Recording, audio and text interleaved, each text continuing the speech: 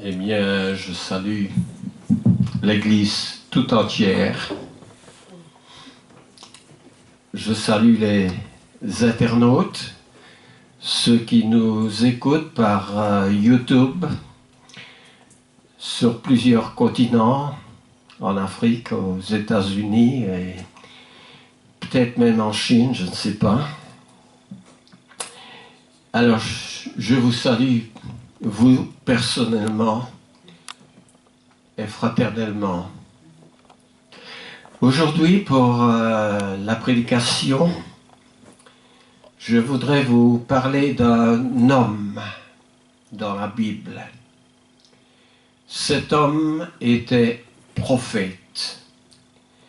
Alors, non, ce n'est pas Isaïe, ce n'est pas Jérémie, ce n'est pas Ézéchiel, ni même un des petits prophètes. Mais je vais écrire son nom au tableau.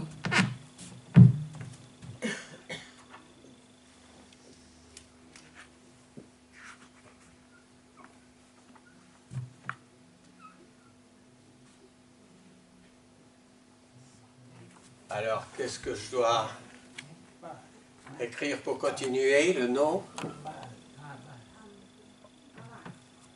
Balaam. Balaam. Oui, oui, Balaam.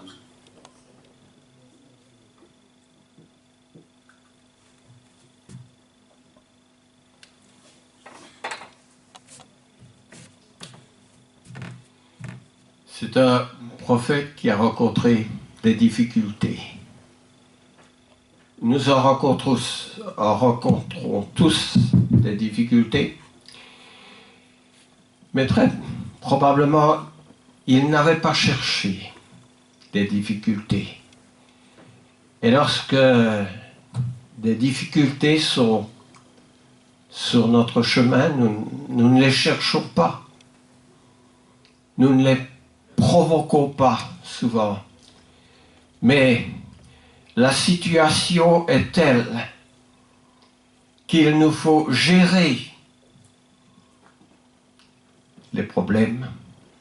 Il nous faut gérer notre avancement parce que les jours se succèdent les uns après les autres.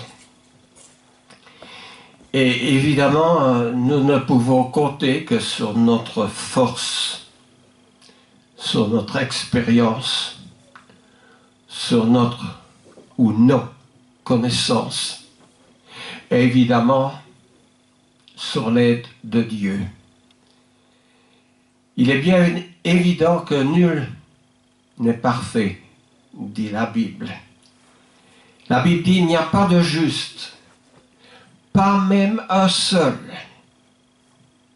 ce qui nous rend tous dépendants de la situation divine, je veux dire par là la compassion, la miséricorde de Dieu, l'aide de Dieu.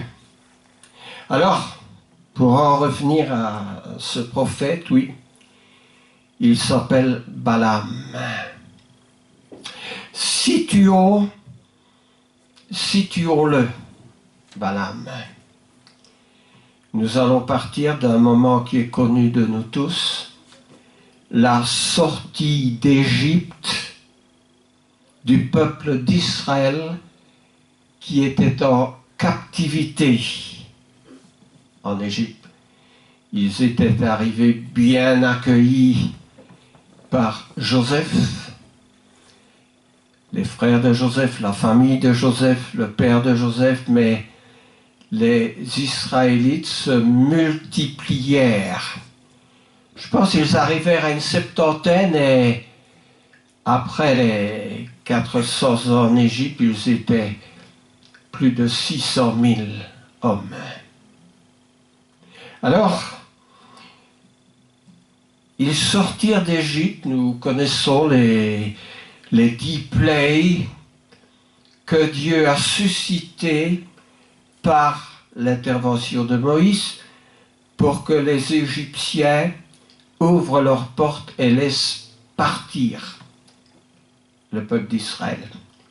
Le peuple d'Israël est parti. Pharaon a essayé de les en empêcher par la suite. Mais Dieu était avec eux. Et au moment où il fallait, Dieu mettait une barrière de feu pour que les Égyptiens ne puissent pas les rattraper. Toujours connus de nous tous, ils ont passé la mer Rouge à pied sec. Ils sont arrivés dans le désert, là où ils sont restés 40 ans, avant de pouvoir continuer leur chemin. Puis, lorsque Dieu l'a décidé, il y avait cette flamme de feu, et lorsqu'elle se mettait en marche, ça voulait dire qu'il fallait plier bagage et suivre. C'était la décision de Dieu. Alors, ils sont arrivés devant la terre promise, qui n'est autre que la Palestine, que l'Israël, le pays d'Israël aujourd'hui. Et il y avait une ville forte, Jéricho. Nous situons tous Jéricho, où les Israélites ont dû tourner pendant 6 jours autour, et puis le 7e lançait un cri bien fort, et les murailles de la ville se sont implosées, effondrées. Mais avant de prendre Jéricho, ils ont dû passer par quelques territoires qui étaient hostiles, comprenons bien le mot, qui n'étaient pas décidés à laisser passer le peuple d'Israël. Un peuple aussi nombreux, il doit boire, il doit manger. Il n'arrivait pas comme nos armées aujourd'hui avec une intendance et des camions qui suivent avec de la nourriture.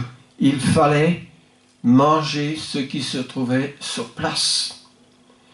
Et pour pouvoir manger ce qui était sur place, il fallait partager. Il fallait que les résidents, les habitants de ces contrées partagent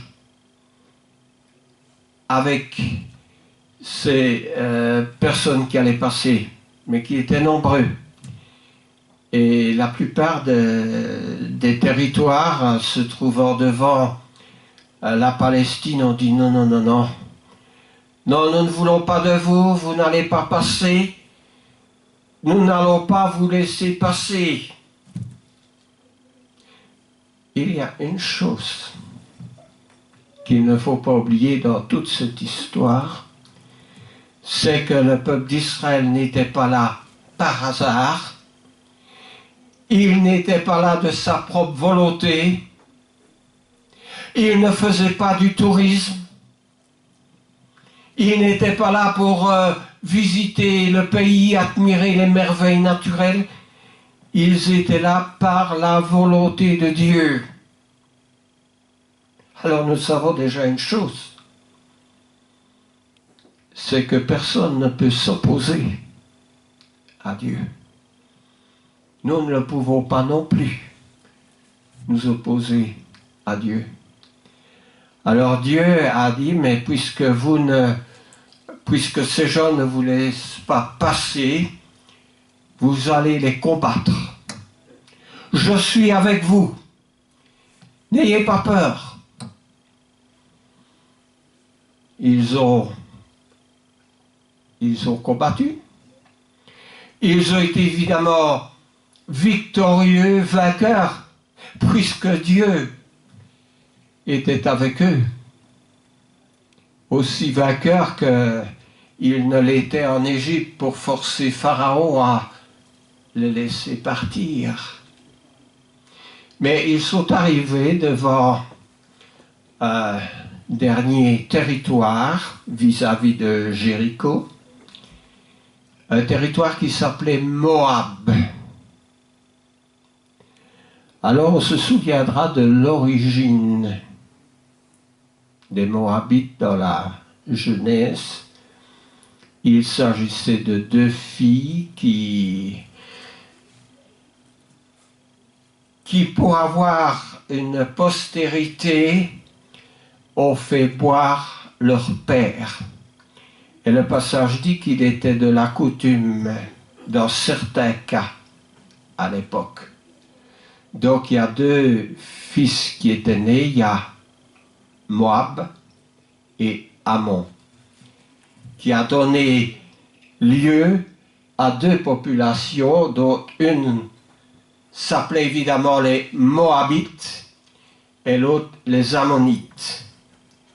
Ils étaient des cousins, des parents éloignés d'Israël, de par la famille d'Abraham. Mais voilà, les Moabites disent, comme les autres, on regrette, on passe pas par notre pays. Alors, ici s'engage tout un stratagème. Le roi des Moabites s'appelait Balak. Ne confondons pas avec Balaam. Et ce roi Balak avait évidemment la connaissance, vu la réputation d'un prophète de l'Éternel qui s'appelait Balaam. Et Balak se dit, mais c'est très facile. Allez me chercher ce prophète de l'Éternel Balaam, je lui donnerai de l'argent. L'argent, ça pourrit, quelquefois. Je lui donnerai de l'argent et il va me maudire le peuple d'Israël.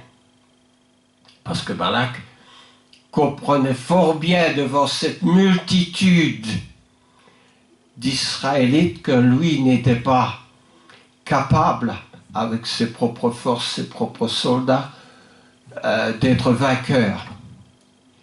Alors il envoie chercher Balaam et il propose à Balaam des biens, un certain confort et de l'argent pour que Balaam maudise. Pour Balaam, c'était une tentation. N'est-ce pas? On nous offrirait une grosse somme d'argent en disant tu vas faire quelque chose dont tu es capable de faire, puisque il ne s'agissait apparemment que d'ouvrir la bouche et de prononcer une malédiction. Balak se dit, l'Éternel, on va s'en servir nous aussi. On va se débarrasser des Israélites. Et il y a une petite phrase dans cette histoire que j'ai relevée et qui est celle-ci. Au sujet d'Israël, il est dit, c'est un peuple qui a sa demeure à part et qui ne fait point partie des nations. Je note, c'est dans le livre des Nombres, au chapitre 23, le verset 9.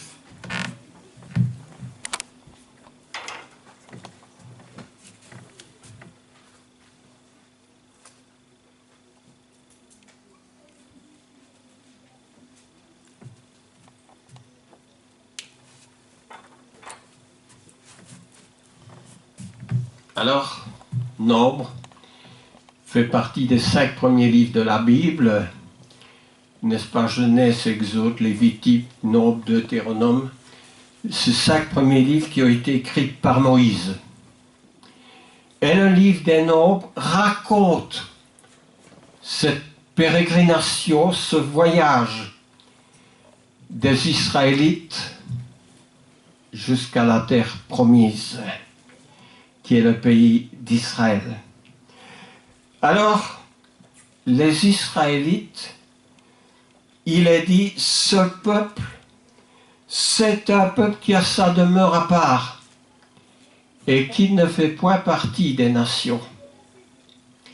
Étant donné, et nous l'étudions le mercredi dans l'épître de l'apôtre Paul aux Romains, qu'aujourd'hui le véritable Israël de Dieu, c'est toujours son peuple, ce sont les chrétiens qui ont été ajoutés aux juifs croyants, qui ont reconnu le Christ.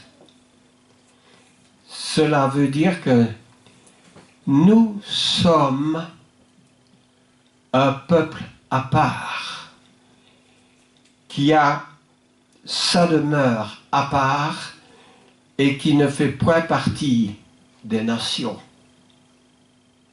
Nous sommes un ensemble de chrétiens ici, de plusieurs nationalités, de plusieurs langues, issus de plusieurs pays. Certains ont acquis la nationalité de notre pays, d'autres peut-être pas encore. Mais dans l'Église, nous sommes un peuple qui appartient à Dieu et qui ne fait pas partie des nations. Nous prions pour les nations. Nous sommes sensibles à tout problème, à tout malheur qui survient dans les nations, et particulièrement les nations dont nous sommes nous-mêmes issus. Les Roumains seront sensibles à la Roumanie. Les Congolais seront sensibles au Congo. Nous sommes tous sensibles. Mais nous essayons tous, parmi ces nations, d'accomplir ce que Jésus a dit. Jésus a dit, allez, faites de toutes les nations des disciples, les baptisant au nom du Père, du Fils et du Saint-Esprit, et enseignez-leur à observer tout ce que je vous ai prescrit. Alors, ceux qui adhèrent selon la volonté de Jésus, selon les commandements, les ordonnances, à faire partie de ce peuple nouveau, de devenir un chrétien, évidemment, il devient un peuple à part, qui ne fait point partie des nations. Notre nationalité est chrétien, notre roi est Christ, et nous faisons partie du royaume de Dieu. Revenons-en à Balaam. Balaam reçoit les émissaires, les soldats de Balak, qui est le roi, avec cette proposition de maudire les Israélites. Alors je vous invite dans le livre des Nombres, au 22e chapitre, au 23e chapitre, il y a quelques versets intéressants.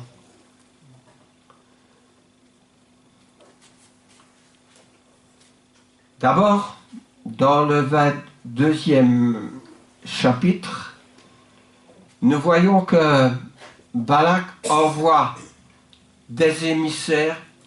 Dans le verset 6, nous allons prendre quelques versets clés. Balak dit, viens, je te prie. Donc, Nombre, chapitre 22, Verset 6. Viens, je te prie, maudis-moi ce peuple, le peuple d'Israël, car il est plus puissant que moi.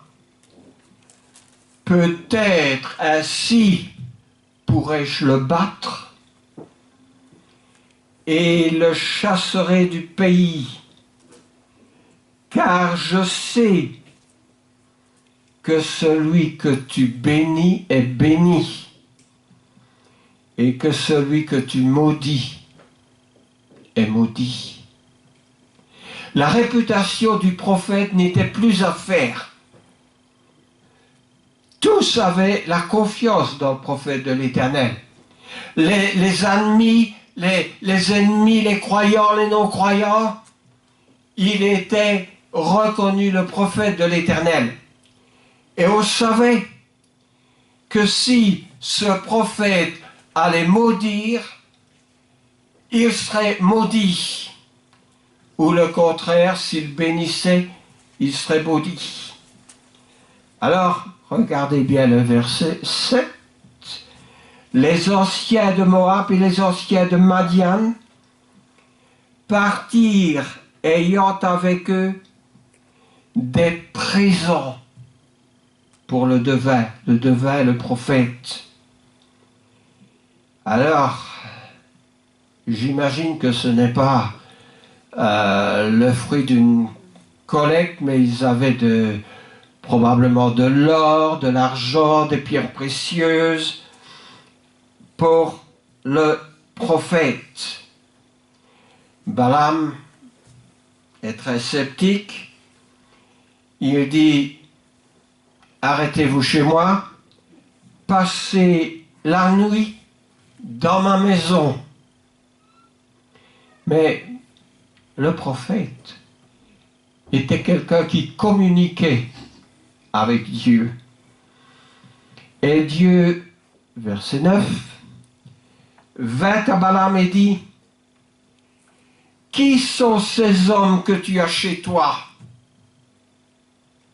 Vous pensez fort bien que Dieu savait qui étaient ces hommes qui étaient chez lui, mais quand il pose la question de cette manière, ça interpelle. Quelle sorte de gens est-ce que tu as accepté de fréquenter? Qui sont ceux à qui tu as offert l'hospitalité? Et alors, Balaam, ben oui, ce sont des gens que le roi a envoyés pour me dire, en quelque sorte, ce que nous savons, maudire le peuple de Dieu. Et dans le verset 12, Dieu dit à Balaam, tu n'iras point avec eux, tu ne maudiras pas ce peuple, car il est bon, car il est béni. Les ennemis de Dieu ne sont jamais arrivés à maudire le peuple de Dieu. Un seul était capable de réprimander, de punir le peuple de Dieu. C'était Dieu lui-même. Et Dieu, quelquefois, se servit des ennemis pour infliger une correction à son peuple. Puis après, il détruisait les ennemis. Mais personne n'arrivait à détruire le peuple de Dieu. Et heureusement, parce que au travers du peuple de Dieu, il y avait des promesses. La promesse d'un Rédempteur. Au moment voulu, Dieu allait s'incarner en chair pour bénir, justifier l'homme qu'il avait créé lui-même. Dieu était le Créateur, il est venu en chair pour expier la faute de sa créature. Dieu ne laisse tomber personne. Dieu est comme un commandant d'un navire ou d'une armée dont le général dit « Je mettrai le premier le pied devant et lorsque je partirai, je serai le dernier à remonter dans l'avion, mais il n'y aura aucun de vous, mort ou vivant, qui va rester sur le sol ennemi. » Et vous pouvez regarder toute l'histoire biblique qui couvre 6000 ans. Dieu n'a jamais abandonné celui qui lui appartient. Vous verrez que ils sont rentrés, ces émissaires, comme nous disions, ils sont rentrés bredouilles. Mais Balak envoya de nouveau des chefs en plus grand nombre et plus considérés que les précédents, avec cette même présentation. Je te rendrai beaucoup d'honneur, est-il dit à Balaam, et je ferai tout ce que tu me diras. Mais je te prie, maudis ce peuple. C'est le pot de fer contre le pot de terre contre le pot de fer. Parce que jamais il n'en est arrivé à maudire le peuple de Dieu. Et évidemment, il eut beau essayer, il n'arriva pas. Mais il essaya une troisième fois. Rappelez-vous Jésus dans la tentation dans le désert. Le diable s'y est pris par 3 fois pour faire tomber Jésus. Et les 3 fois, Jésus a répondu non, car il est écrit. Jésus a pris des Écritures pour contredire la parole du diable. Et aussi, il y a une petite histoire quand même ici. La troisième fois, les émissaires, plutôt la deuxième fois, les émissaires de Balak ont dit, viens, nous allons aller dans un autre endroit. Et peut-être dans cet autre endroit, là où tu les verras, il sera plus facile pour toi de les maudire. Alors, bien sûr, ils ont entraîné Balaam avec eux. Et Balaam était assis sur une ânesse, la femelle d'un âne, n'est-ce pas? Mais qu'est-ce qu'il y avait que Balaam ne voyait pas? Il y avait l'ange de l'Éternel qui était sur le chemin. Et très souvent dans la Bible, vous pouvez considérer la présence de l'ange de l'Éternel. On ne le voit pas, mais l'ange de l'Éternel est là. C'est sa mission de l'ange d'être envoyé par Dieu.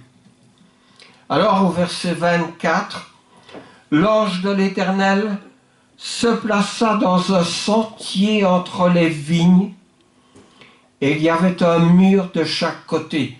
Autrement dit, le sentier était étroit.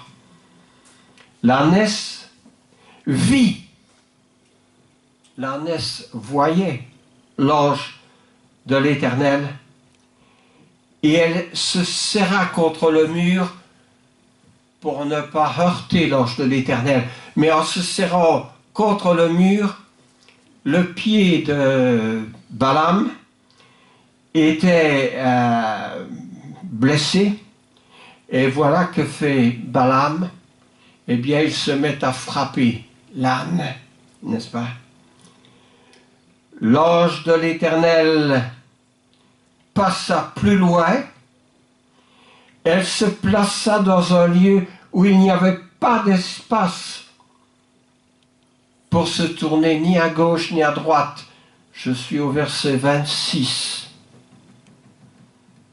Le diable vient à 3 reprises. Mais Dieu n'abandonne pas, il est là, à chaque fois, pour faire échec.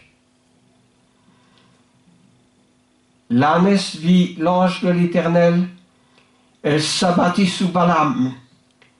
La colère de Balaam s'enflamma, et il frappa cette fois l'âne avec un bâton. Mais voici que, chose presque extraordinaire, l'Éternel ouvrit la bouche de l'ânesse, et elle dit à Balaam, « Que t'ai-je fait pour que tu m'aies frappé déjà 3 fois ?»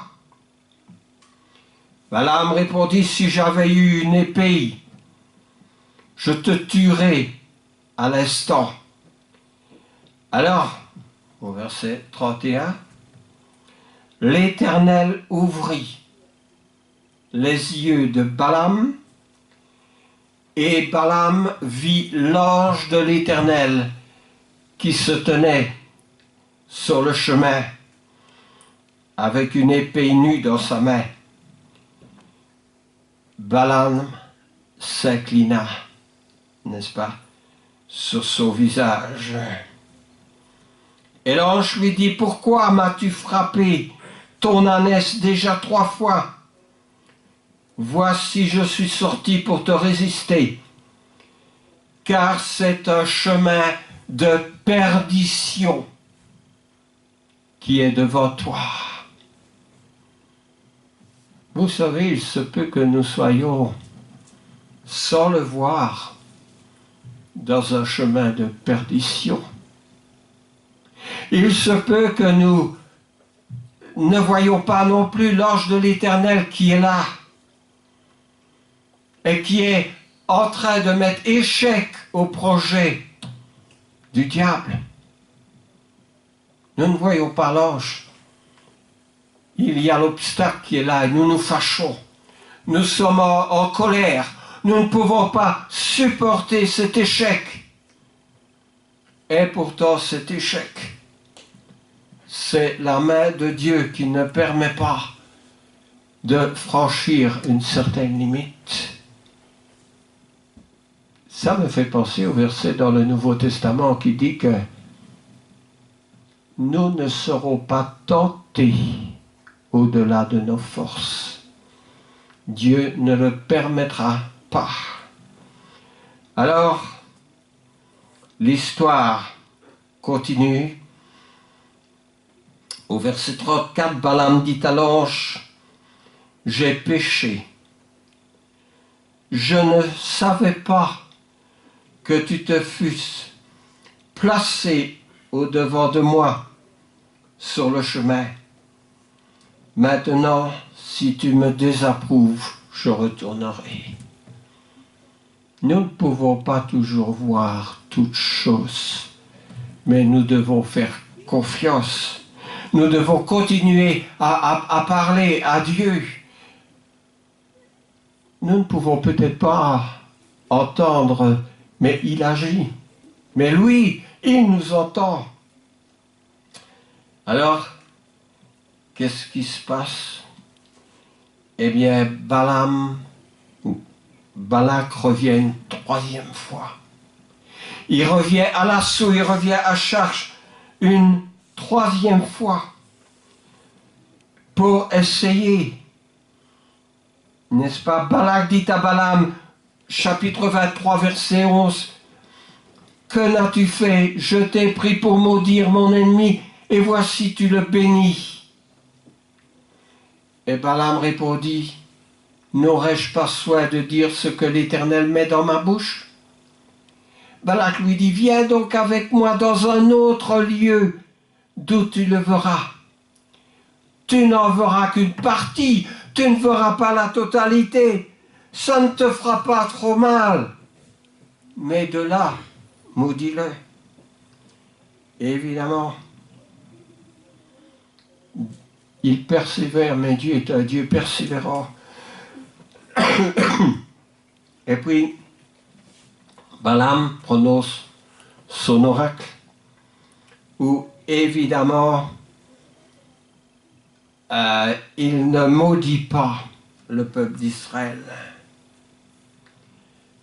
Et moi, je vous invite chez vous à lire cette histoire qui se trouve dans le livre des Nombres, chapitre 22, chapitre 23, chapitre 24, et vous verrez que cette histoire a une connotation, parce que dans le dernier oracle de Balaam, il dit « Je le vois, mais non maintenant », au verset 17, « Je le contemple, mais non de près. Un astre sort de Jacob, un sceptre s'élève d'Israël. » Là, il fait allusion à la venue de Christ, qui est le roi des rois. Mais évidemment, l'ennemi, il n'abandonne jamais, n'est-ce pas? Et il a trouvé dans le chapitre 25, encore une autre possibilité, en invitant les filles de Moab à la débauche avec les enfants d'Israël. Mais heureusement, quand on est avec Dieu, on est toujours victorieux dans cette histoire. Il se fait que dans le Nouveau Testament, il y a 3 hommes de Dieu qui parlent de Balak, de Balaam. Il y a l'apôtre Pierre, il y a Jude et il y a Jean dans l'Apocalypse. Alors je voudrais vous lire les versets de chacun de ces 3. D'abord, en 2 Pierre au chapitre 2, verset 15. Je ne sais pas si on note pour remettre ces versets au tableau. 2 Pierre 2, 15, qui dit ceci.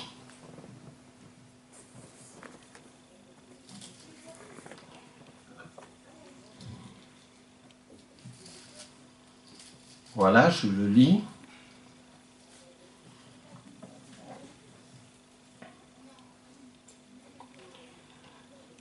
Après avoir quitté le droit chemin, il parle de certains chrétiens qui se sont laissés entraîner par des faux docteurs. Après avoir quitté le droit chemin, ils se sont égarés en suivant la voie de Balaam, fils de Béor, qui aima un salaire injuste, mais qui fut repris pour sa propre transgression. Une bête de somme muette fit entendre une voix humaine et arrêta la démence du prophète. Cette bête à la voix muette, évidemment, c'est l'âne. Et Dieu peut arriver à faire parler, s'il le veut, un animal. N'est-ce pas? Et Dieu s'est servi de l'animal pour mettre fin. Mais il était repris quand même parce que, apparemment, il aimait l'argent. Or, Jude, chapitre 11, alors il n'y a pas de chapitre, ce sont des versets, il n'y a qu'un seul chapitre. Au verset 14, en Jude, au verset 14, et même au verset 11, il a dit « Malheur à eux ». Il s'agit toujours des faux docteurs.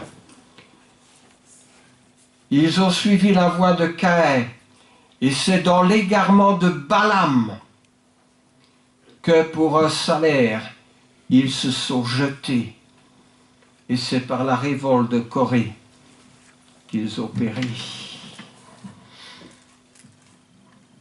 Il y a des groupements religieux, des églises, à cause de l'argent qui s'éloigne du Seigneur. À cause peut-être des gros capitaux qu'ils possèdent. Et ces capitaux sont une entrave à la foi. C'est une attention dont la Bible retient, parce qu'aussi dans l'Apocalypse au chapitre 2 et au verset 14, il est dit ceci: mais j'ai contre toi, c'est celui qui dit qu'il y a l'épée aiguë à deux tranchants, c'est Christ dans l'Apocalypse, par Jean, qui rend un décret. Ce que j'ai contre toi, certains griefs. Tu as là des gens qui maintiennent la doctrine de Balaam. Ils enseignaient à Balak à faire en sorte que les fils d'Israël trouvent une occasion de chute en mangeant des viandes sacrifiées aux idoles et en se livrant à la débauche. De même, tu as toi aussi des gens qui maintiennent pareillement la doctrine des Nicolaïtes. Jean dénonce ces sectes, ces gens qui déjà dans l'Église, à la fin du 1er siècle, commençaient par une certaine apostasie, un certain éloignement de la doctrine, avec de l'argent à corrompre l'Église du Seigneur. Jésus attirait beaucoup l'attention sur ce que nous donnons à Dieu dans la collecte. Mais Jésus, il disait, je n'ai pas de tanière où reposer ma tête. Jésus est venu avec beaucoup d'humilité, comme un homme pauvre, quoique de riche il était dans les cieux. Mais l'argent, quelquefois, peut nous faire tomber, peut faire tomber une église tout entière, même une grande religion sur la terre, et maintenir les hommes dépendants des fausses doctrines à cause de l'argent. Que tout chrétien sur la terre soit sur ses gardes. Mais l'Éternel est là, et il sera là jusqu'à la fin. Essayons de voir le plan de Dieu, la protection de Dieu. Si nous sommes à lui, il va nous éclairer, il va nous soutenir. Il va marcher avec nous. Gardons cette confiance, mais aussi gardons cette prudence. Ces histoires sont écrites, dit l'apôtre Paul, pour nous servir d'exemple, afin que nous ne tombions point comme ils sont tombés, et dont plusieurs ne se sont pas relevés du mal. Amen. Amen.